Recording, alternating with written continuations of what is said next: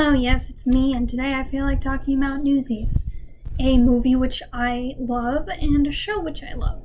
I just love one of them a little bit more.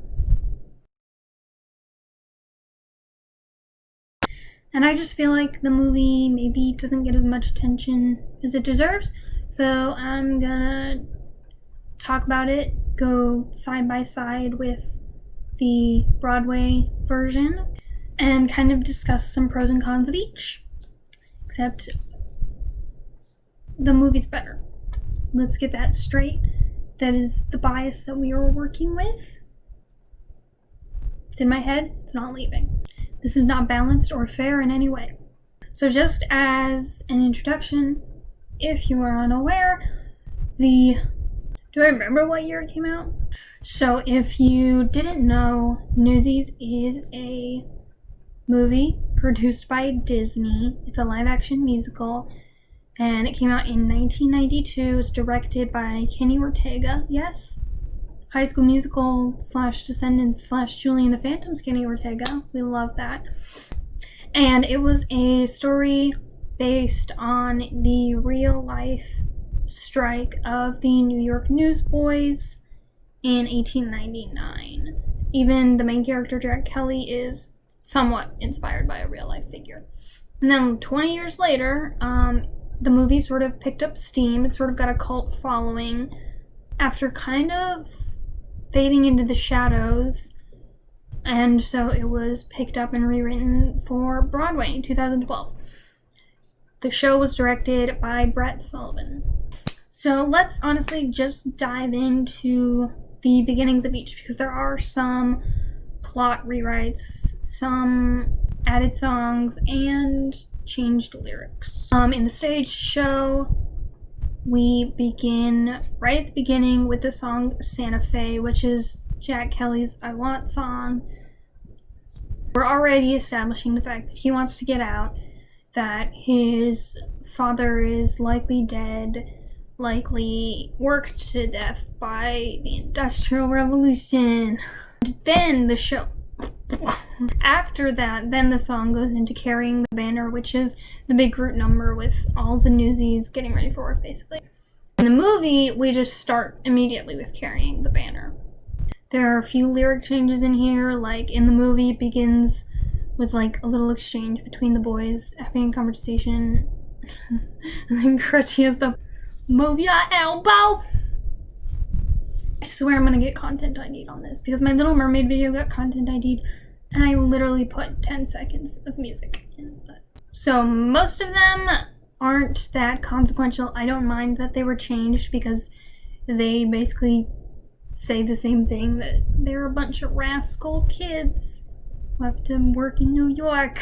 Except for reasons I cannot comprehend, the stage show decided to cut this really, really moving bit from the movie. As a counter melody to what the rest of the group is singing, a woman, presumably a mother of one of the Newsies, starts singing.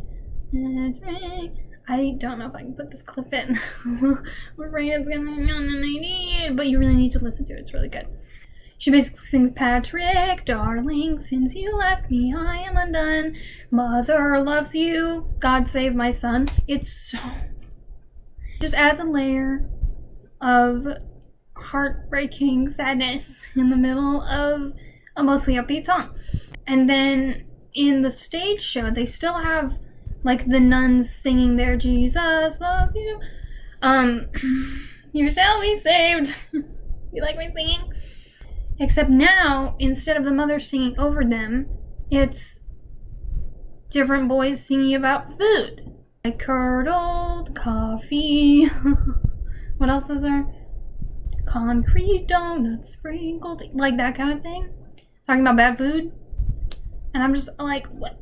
How is that more depth? How do you do that? Especially when, yes, absolutely, when I used to watch this movie a lot, I fantasized my community theater doing this show and me being the Patrick Darling woman, okay? Leave me alone. There are other small things that aren't that big a deal, probably aren't noticed by most, but to me, I feel like make the song in the movie. Like at the end of the song, when everyone's kind of like amped up and Jack Kelly has been introduced, in the midst of the 1.5 million beautiful harmonies that are being sung, there's also a group singing "Go Get 'Em Cowboy." That is completely absent from the stage show. Again, not a big deal, but like I like it. So. And I like the fact that Jack is referred to as a cowboy in the movie, because it's like he wants to go to Santa Fe, and you know that's where all the cowboys were, and you get it.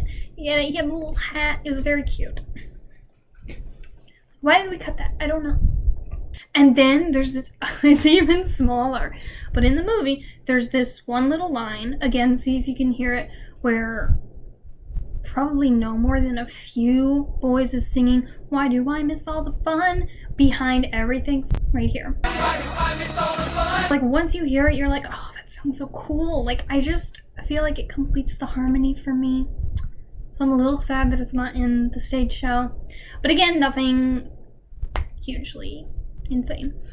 So next, in both the movie and the show, Jack Kelly, Crutchy, and the boys go to buy their newspapers, and then we're introduced to Davy Jacobs and his little brother Les, who are new to the Newsy game and are sort of the audience surrogate.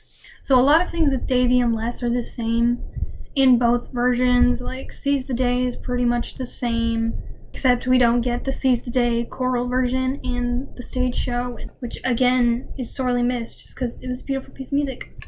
But Davy is still sort of the one in both versions who is sort of outside of this world and gives Jack Kelly his ideas to inspire the masses. In the movie version, we just get a quick little scene of Pulitzer and his lackeys, I guess, his henchmen, his gang, his posse, discussing how to make him more money, and he decides to up the price of the paper, except the Newsies still have to pay that money themselves up front. In the stage show, his character is pretty much the same, but we get the song Bottom Line, which is a great song. It's a great villain song, so I am not annoyed that it was added, and it just shows you just how cold he is as a hyper-industrialist villain. A perfect foil to Teddy Roosevelt, the Monopoly Buster. Was it? I think it was Monopoly Buster. Does it bother me that Pulitzer was a real person and he's dead, so he can't defend himself from being called an angry guy who made children suffer? Not really. It's fiction. The Greatest Showman. It's fiction. If you approach it as fiction, that's all it has to be. The World Will Know is also essentially identical in both versions, probably because it's a great song.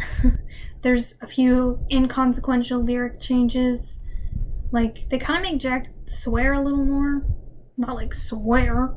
He says damn a few times in the Broadway show, which like maybe it was to make him seem more like a 17-year-old. But like, it's also played by Jeremy Jordan, who has a beautiful voice and who is obviously not 17. So realism ain't the thing here. Coming to The World Will Know, I think we should talk about a couple of things that separate the movie from the show, to me personally. First of all, the choreography. I mentioned the movie was directed by Kenny Ortega. He also did the choreography, and I'm sorry, nothing can beat Kenny Ortega's choreography. I love it. I don't know if anyone else has ever paid attention to like High School Musical and Descendants choreography, but however you feel about those movies, the choreography is bomb. And I don't even know anything about that stuff, but to me it always seems so creative and nothing like I've ever seen before. And so in the movie, when you're watching the choreography of these like teenage and middle school age kids, it feels like middle school age and high school age kids dancing.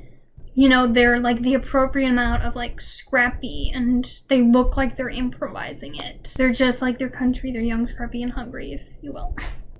While in the show, which was choreographed by Christopher Gattelli, I hope that's how you pronounce it. I think it's beautiful choreography. It looks really great, especially when they like do the pirouettes on the newspapers. That's amazing. But my problem with it is that it's just a little too polished looking. It looks a little too heavily ballet influenced. And because it looks so polished and like graceful, I guess, it emphasizes how old these actors are. Like, these actors are very obviously well-trained dancers in their 20s, maybe 30s. Well, again, the movie just gives you that like really youthful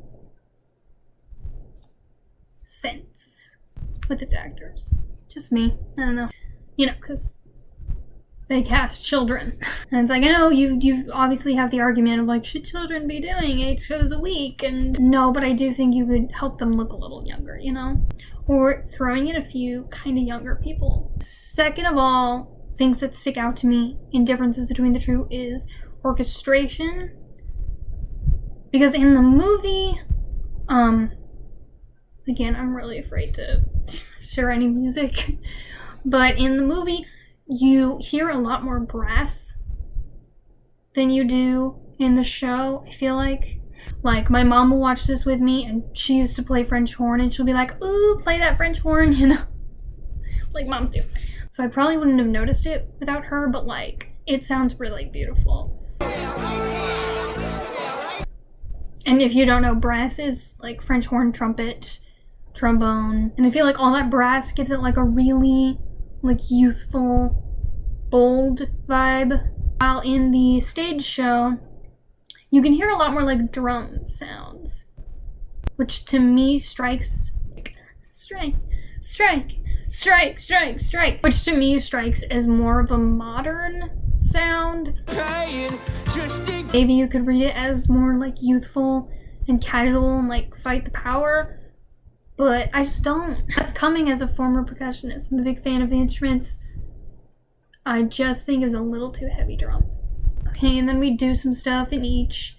And in the movie version, what comes next is while Davy and Jack are running from the authorities, they take refuge in Meadowlarkin's theater?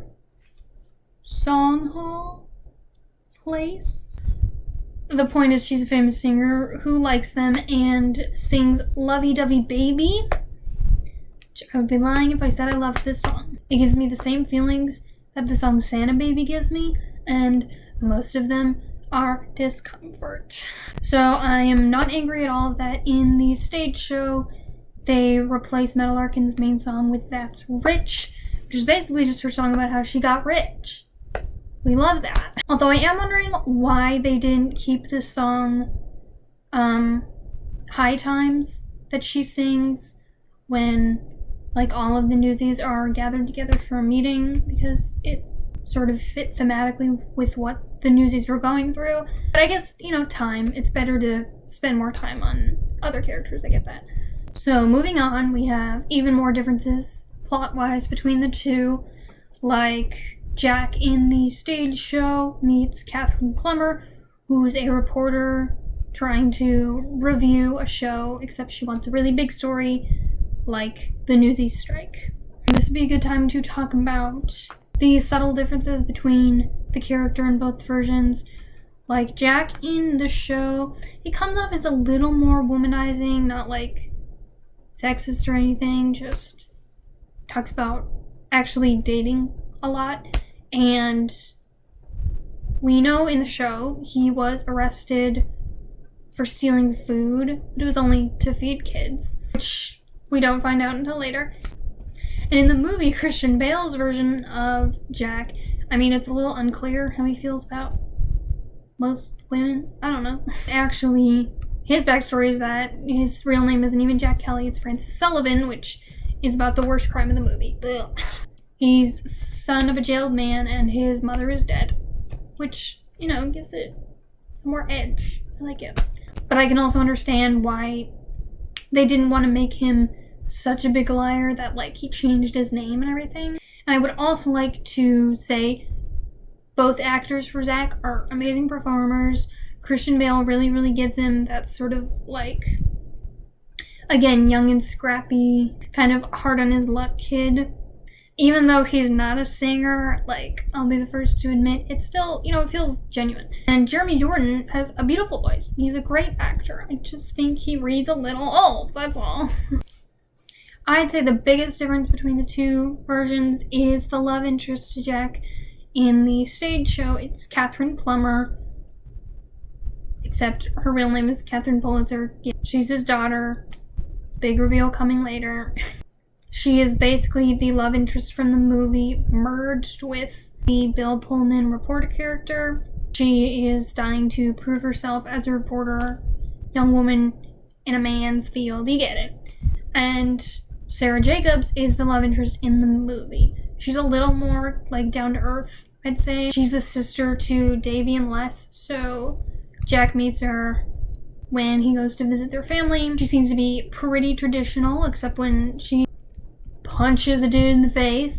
And her relationship with Jack, I would say, is more rushed because, they don't get a whole song. And she's not directly involved with coming up with the plan to pass out flyers to all the other workers. She just helps make them. Catherine Plummer has a really great song, Watch What Happens, where she's contemplating how to write the piece that she's writing about the Newsies. And Sarah Jacobs only comes into a song as backup for Once and For All. And I really like both of them, to be honest. I know you might go straight to Catherine Plummer because, she's like doing things. She's independent and she is being a little more active in the plot. And I do acknowledge that. I do think if you were adapting the movie and rewriting it, you would want to give the love interest a little more, especially when she's one of the only female characters and the only main female character. I guess I just would rather have seen a rewritten Sarah Jacobs subplot than seeing her completely scrapped and replaced with someone who, how do I put this without being who is a much more obvious way of exemplifying an empowered female character. Does that make any sense? And there's nothing wrong with that, obviously. We should have space in writing for both women who are active, women who want to plot their own destinies, as well as women who, are cool with supporting people and cooking dinner and washing clothes and punching someone when they need to be punched. I just think when they were sitting around a table, emailing, whatever, however it works, being like, okay, so how are we going to rework the romance subplot?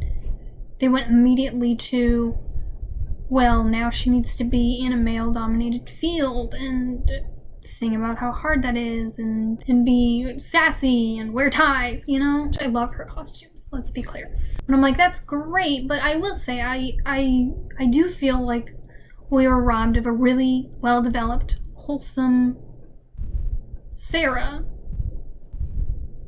one who grounds Jack, but also has a little more to do with planning stuff.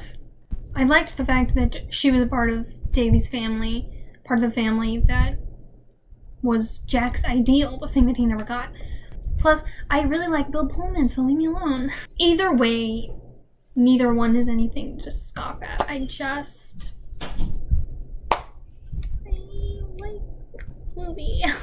Speaking of meeting Davy's family, what happens next in the movie is Jack and Davy go home to meet his family. And after Jack speaks to this family, especially learning about how their father's injured and can't work, that experience is what triggers Jack to sing Santa Fe.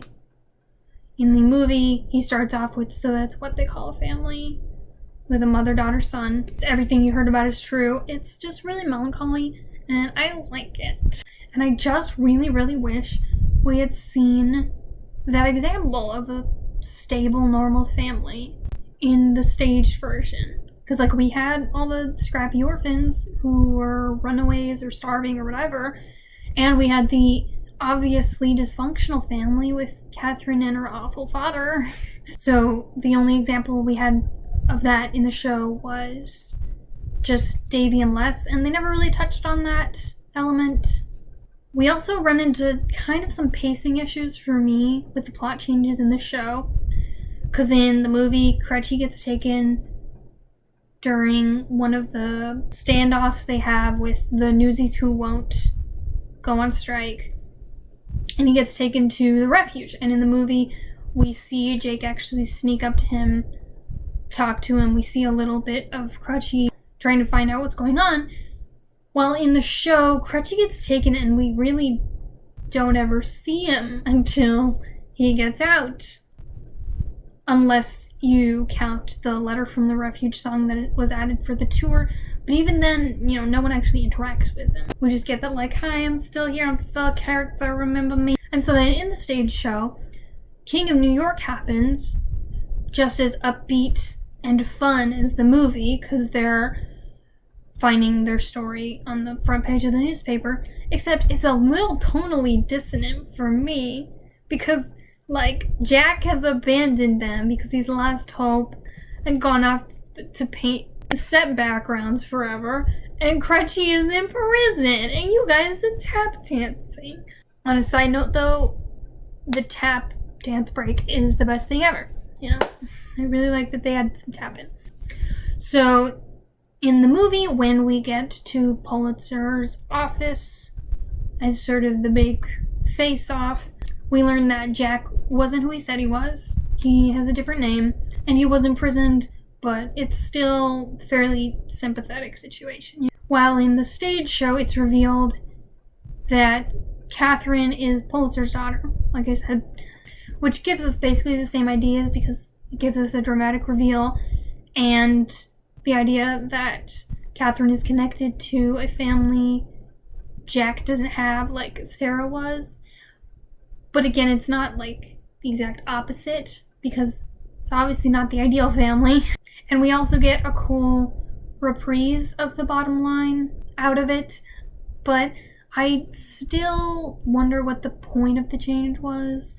I mean, things are moved around, but in the stage show, Jack, like I said, sort of just loses heart and it's kind of sad and goes away to hide until his friends hype him up and he's not anymore, which you do kind of understand because he's sort of in charge of these kids and these kids are being put in danger. But I don't know, I feel like you get the same amount of angst in the movie while also not getting that lull that you get when a character's just no, I give up, Because in the movie, Jack agrees to go back to selling newspapers, betraying his friends and the strike in exchange for Pulitzer giving him enough money to live and a promise to not hurt the others. Oh, and also for his jail sentence to be waived. So there is that conflict over what he wants personally and his found family, basically. They're both fine, it's whatever, I just like the movie more. Also, in the stage show, Brooklyn as a group of Newsies that they really need to get on their side of the strike is only set up with a line early on in the show about who wants to go to Brooklyn. No one does because they're scary. And then Brooklyn sort of comes in at the last minute, which I don't think is as narratively strong, but it gives us the song Brooklyn's Here, which is amazing. While in the movie, we actually meet Spot Conlon and the Broken Newsies, and we hear about how he wants to see what Jack's Newsies are made of, and only then will he help, which sets up Brooklyn coming to help a lot better. In the movie, Jack gets imprisoned in Pulitzer's basement and then figures out that they should use the old printing press of his, which, yes, makes Pulitzer seem kind of stupid for putting it there, but it does also seem a little more organic, especially with how much Pulitzer underestimates the Newsies at this point. And then in the show, they find out he's got an old printing press in his basement with the help of some rando who to me looks remarkably like that guy from The Troop. Anyway, we get the same ending in both versions with the love interest smooching and Roosevelt showing up and Jack deciding to stay instead of going to Santa Fe. It's just in the show we get a little more time and music to note these things, like Jack singing a little bit of Santa Fe and Catherine and the boys asking, "What's Santa Fe got that New York ain't?" Is that a great accent? Huh? Okay, filming this later because I actually rewatched both the movie and the Pro Shot because they're both on Disney Plus. Go watch them. And there are just some things that I wanted to emphasize and some things that I messed up on because I'm stupid. For one thing, the Broadway show actually does have the plot point of Jack taking the money, as well as the plot point of him being put in the basement and finding the printing press. It's just that the Broadway show has all of the main plot points of the movie. They just add in other, even more pointless stuff on top of it, which I don't think helps the pacing. Another thing I wanted to emphasize when I rewatched are the ages are an even bigger problem to me than I think talked about before. Like, it's just really, really obvious seeing those guys who are like big, beefy, bicep dudes, very obviously not young. I won't grow up! You're 34! I need a shave! It's just so obvious, and I think this story really, really needs kids in it. Real kids. It's a story about kids. It's a story about children's rights. It's a story about horrible, horrible things being done to children. And I think even if you hadn't made them all very small children, you could have, some small children thrown in as well as some teenagers to get that variation. Before I rewatched it, I was like, well, I know that Broadway performing is hard on younger kids, but honestly, Matilda, the musical, had a whole cast of really talented young kids doing stuff on stage for 8 shows a week. Same with School of Rock, the musical. It's not that hard, especially when the show is a subject matter like this. Another thing that sort of hit me again on rewatch was the romance. Again, I do realize that Jack and Sarah needed a little bit more development, but I just think it would have been so much cooler if Sarah had, maybe gotten some musical bits or extra scenes or something about her experience as a child worker. We know that she works because she mentions that she has to go to work in the movie.